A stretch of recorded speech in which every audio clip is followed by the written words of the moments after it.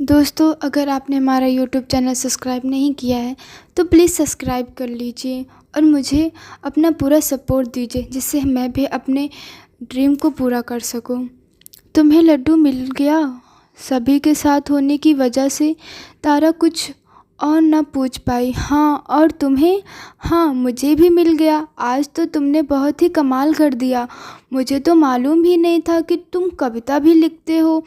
मेरे पास और तो कुछ भी नहीं है, पर इतना सुंदर कविता के लिए क्या दूँ? हाँ, ये लो, इस लड्डू से ही अपना मुंह मीठा कर लो। हंसते हुए तारा ने अपने हाथ में पकड़ा लड्डू रोहित के मुंह में डाल दिया। वो तो पहले ही रोहित का मुंह मीठा कराना चाहती थी, पर ऐसा करती कि कराना चाहती थी पर ऐसा कैसे करती, इसलिए इसी बहाने से खिला दिया। अचानक हुए इस बर्ताव से रोहित हतपत रह गया और लड्डू से भरा मुंह लिए हैरान सा तारा को देखने लगा और बाकी सब उसका फूला हुआ मुंह देखकर हंसने लगे। क्या बात हुई तारा, हमें भी दे। सिर्फ अकेले रोहित को क्यों? अश्विन ने भी चुटकी ली। अच्छा, फ्री का है क्या, जो ऐसे ही सबको बांटती फिरूं? हूँ, किस खुशी में तुझे लड्डू खिलाऊं? जरा मैं भी तो सुनूं, कौन सा तीर मारा है तुमने? चल भाग यहाँ से, तारा ने एकदम बिंदास होकर अश्विन को सुना दिया और बाकी बचा हुआ भी तारा रोहित के हाथ में पकड़ा दिया। रोहित हैरान सा कभी तारा को तो कभी अपने भरे हुए हाथों को देखता। बस बस दुर्गा मैया, माफ़ कर दे मुझे। तू अपने भक्तों को ही लड्डू खिला और प्रसाद दे, अश्विन ने हंसते हुए कहा और रोहित को देख एक आंख दबा दी तो रोहित भी झेप गया।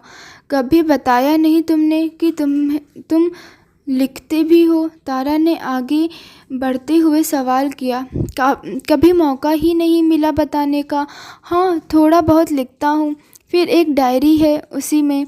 रोहित ने मुंह में भरे लड्डू को किसी तरह जल्दी से नीचे उतारा। हालांकि आज तो उसे तारा की तारीफ करने का दिल चाह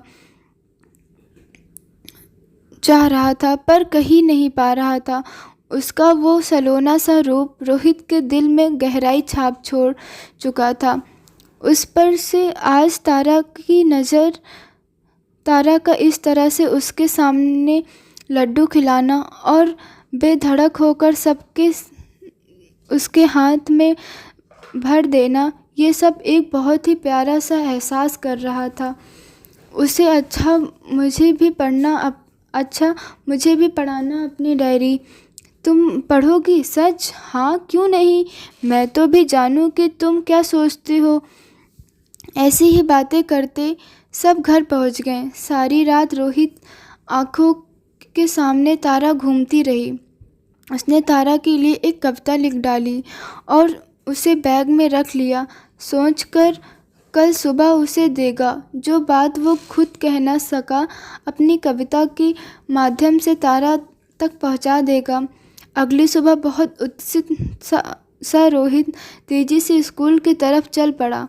इधर रोहित का इंतज़ार करती दोनों सहेलियां आपस में बातों में लगी हुई थी। मैं सोच रही, आज थोड़ा सा रोहित को तंग किया जाए। अपने स्वभाव के अनुरूप चंचल तारा शरारत करने की सोच रही थी। तेरा रोहित जैसा है ना, तुरंत मुंह फूल जाएगा। उसका रोहित के स्वभाव की याद दिलाते हुए सारा ने उसे आगाह किया। नहीं यार, बदल चुका है अब वो, मुझे पूरा विश्वास है उस पर। अब नहीं गुस्सा होगा वो। चल फिर, आज ये पता ही चल ही जाएगा। लगा ले शर्त में बोल रही हूँ, गुस्सा हो जाएगा। देख, उसकी बात सच होगी। चल, लगी शर्त। कहाँ चल, धीरे धीरे आगे बढ़, और जब बस तू कुछ बोलना मत, ठीक है? ठीक है, पर तू करने क्या वाली है? तू बस चुपचाप चल और देखती जा। Good morning. रोहित भी तेजी से चलकर उसके पास पहुंचा और बोला, पर दोनों में से किसी ने भी उसे गुड मॉर्निंग का कोई जवाब नहीं दिया, बस गर्दन झुकाई चल रही। गुड मॉर्निंग, रोहित ने दोबारा कहा। उसे लगा शायद दोनों ने सुना नहीं, पर फिर भी जब कोई जवाब नहीं मिला तो परेशान हो गया। क्या हुआ, आप दोनों कुछ बोल क्यों नहीं रही? गुड मॉर्निंग नहीं होगी आज। आगे से हमसे बात मत करना, कल माँ ने देख लिया था तुमसे बात करते। गुस्सा हो रही थी तो आगे से हमसे बात करने की ज़रूरत नहीं, तारा ने एकदम रूखे लहजे में रोहित से कहा। तो वो एकदम से सदमे में चला गया। कहा तो आज कविता सुनाना चाहता था तारा को, और कहाँ आज उसे ये सुनने को मिल रहा था। उसके आत्मसम्मान को बहुत ठेस पहुंची। किसी तरह से खुद को संयमित कर अब उसने माफ़ी मांगना चाहा। आपको मेरी वजह से तकलीफ़ हुई, आगे से आपको मेरी ओर से कोई शिकायत का मौका नहीं मिलेगा, बोलकर वो बिना रुके तेज़ी से आगे बढ़ गया। तारा ने नहीं सोचा था कि रोहित को बात इतनी चुभ जाएगी। वो चाह कर भी उसे रोक नहीं पाई। उसकी आंखों में भी आंसू आ गए थे। उधर रोहित का दिल चक हो गया था। आंखों से बह रहे आंसू को अपनी हथेलियों से पोंछ देता, पर वो फिर से निकल जाता। आज तो जैसे ओके सब्र का बांध टूट गया हो। उधर रोहित का दिल चक हो गया था। जितना रोकना चाहता उतनी बेग से बाहर निकल आते। वो स्कूल ना जाकर नदी की तरफ बढ़ गया। क्यों तारा, क्यों किया ऐसा मेरे साथ? जब यही करना था तो क्यों बतला मुझे? मैं जैसा भी था ठीक था। जब बात नहीं ही करनी थी तो क्यों बात की थी मुझसे? मैं बस तुम्हारे लिए खुद को बदल रहा था, बस तुम्हारे लिए। एकांत पर रोहित फूट कर रो पड़ा। उसका दिल चाह रहा था चीख कर रोए। उधर जब तारा ने रोहित को स्कूल में नहीं देखा तो बहुत परेशान हुई। सारा ये क्या हो गया? वो तो बहुत गुस्सा हो गया। देखना, स्कूल भी नहीं पहुंचा अभी तक। मैंने तो पहले ही कहा था तुझे, पर तुझे ही बहुत विश्वास था। अब झेल। ऐसा मत बोलना था सारा, मुझे बहुत चिंता हो रही है। मैं मना लूँगी उसे, पर वो है कहाँ? तारा रोहित के लिए बहुत परेशान हो रही थी। तो चिंता मत कर, होगा यहीं कहीं, आ जाएगा। अपनी सहेलियों को चिंतित देख अब सारा भी चिंतित हो गई थी, पर उसे तारा को हिम्मत दी। पर उस दिन दोनों इंतज़ार ही करती रह गई, पर रोहित नहीं आया। दूसरे दिन रोहित अपने समय से स्कूल पहुंच गया।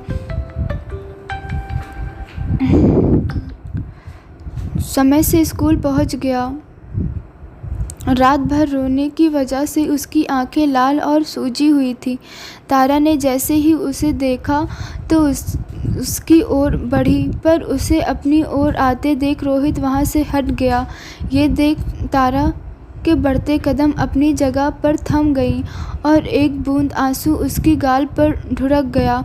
अब रोहित उसे दूर ही रहता, न उसकी तरफ देखता, ना ही बात करने की कोशिश करता।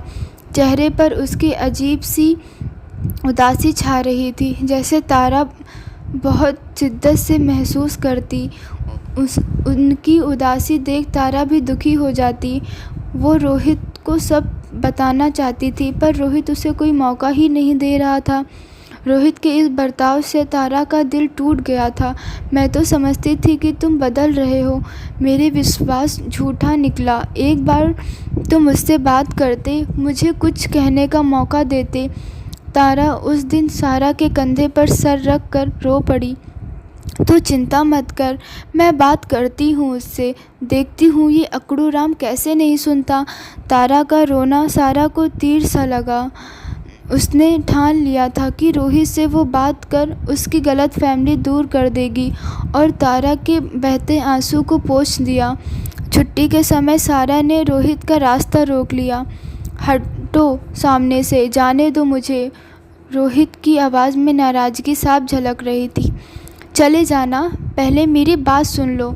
सारा ने दोनों हाथों को फैलाकर बगल से निकलने की कोशिश की। नाकामयाब करते हुए कहा। रोहित ने नाराज़गी भरी एक नज़र सारा पर डाली और उसके बाद उसकी नज़र दूर खड़ी तारा के उदास चेहरे पर पड़ी। थोड़ी देर उसे देखने के बाद उसने उदास होकर अपनी नज़र हटा ली और झुकी हुई गर्दन के साथ ज़मीन की तरफ देखते हुए बोला, जाने दो मुझे, कहीं फिर आप लोगों को मेरी वजह से समस्या का सामना नहीं करना पड़ जाए। इस बार रोहित की आवाज़ लगा जैसे गहरी खाई से आ रही हो। दर्द और मायूसी को उसकी आवाज़ में महसूस कर सारा के हाथ खुद ब खुद ही नीचे हो गए। तो रोहित ने कदम आगे बढ़ा दिया। उसने सिर्फ तुमसे मजाक किया था। बहुत भरोसा था उसे कि तुम उससे समझते हो। उसके कहने से बदल गए हो, मगर अफसोस कि उसका भरोसा टूट गया। सारा ने अपनी जगह खड़े खड़े ही जाते हुए रोहित को सुनाते हुए कहा। तो रोहित ने बढ़ते पाँव ठिठक गए। क्या कहा तुमने? रोहित को जैसा अपने कानों पर विश्वास ही नहीं हुआ। वही जो तुमने सुना। एक बार तो उसे अपनी बात कहने का मौका देते, पर नहीं, तुम्हें तो अपने गुस्से के आगे कुछ दिखाई नहीं देता। उसके चेहरे पर छाई उदासी भी नहीं दिखती। मैंने मना किया था उसे कि मत करो ऐसा मजाक, तुम गुस्सा हो जाओगे। तो बड़े गर्व से कहा था उसने कि नहीं, मुझे पूरा भरोसा है अपने रोहित पर। आज अपने भरोसे को टूटते हुए देख रही है।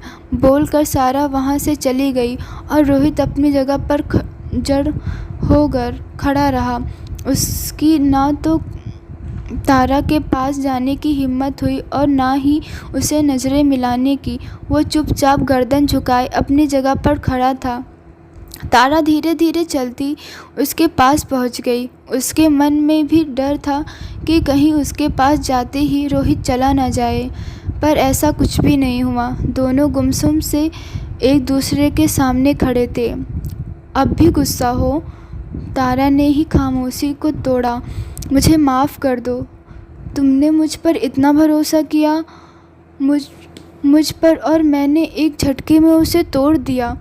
रोहित अब भी शर्मिंदा सा था। नहीं, गलती मेरी ही थी। मुझे इस तरह का मजाक करना नहीं चाहिए था। माफ़ कर दो मुझे। तारा ने अपने हाथों को उठा अपने दोनों कान पकड़ लिए। तो रोहित ने झट से हाथ बढ़ाकर उसके दोनों हाथ को पकड़ लिया। आंखों में नमी और होठों की मुस्कुराहट के साथ दोनों के दिलों में सारी बदगुमी धुल चुकी थी। समय तेजी गति से अपने पंख लगाए उड़ रहा था।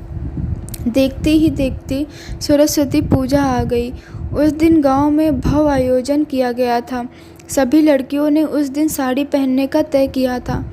सरस्वती जी की मूर्ति की स्थापना हो चुकी थी और सभी गांव के लोग वहां पूजा अर्चना के लिए इकट्ठा हो चुके थे। रोहित भी वहीं था और बार बार उसकी नज़र तारा को ढूंढ रही थी।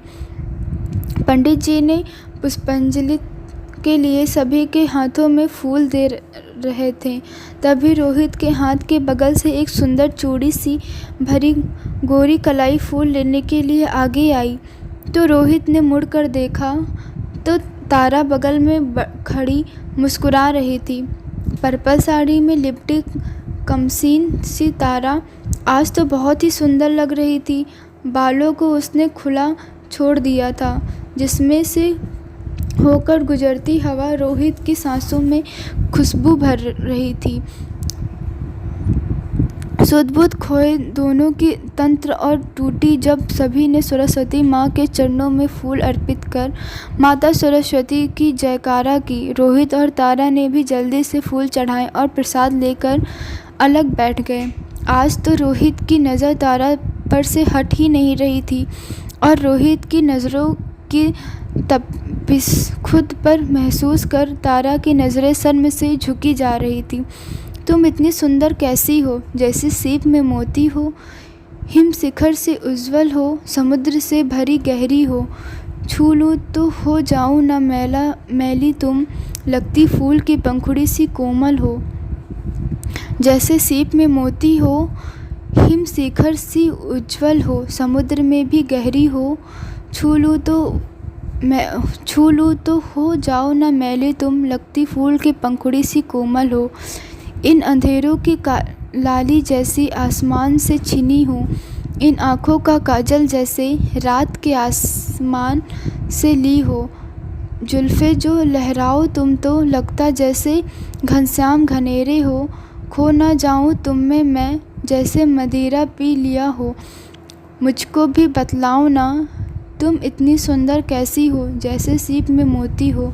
आज स्वस्थ ही रोहित ने मुंह से बोल फूट पड़ी और अपनी तारीफ में कहे गए इन शब्दों को सुनकर तारा विभोग सी उठ रही थी। तो अब दोनों का मिलना कम ही हो पाता था।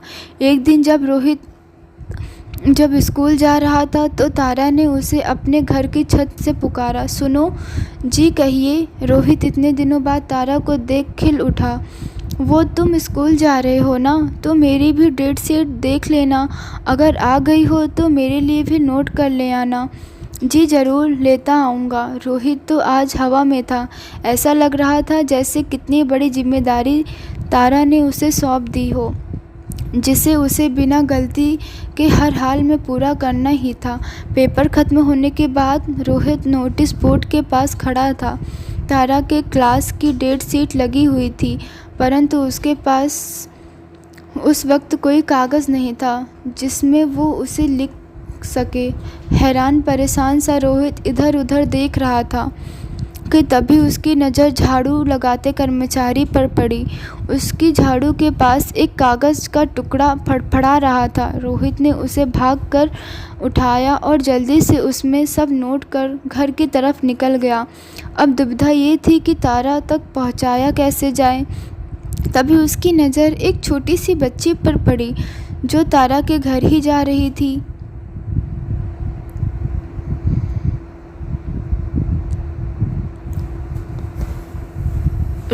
तो उसने वो कागज़ उसे तारा को देने बोल दिया और तारा ने भी उस कागज़ को ऐसे संभाल रखा जैसे पहला प्रेम पत्र हो उसका।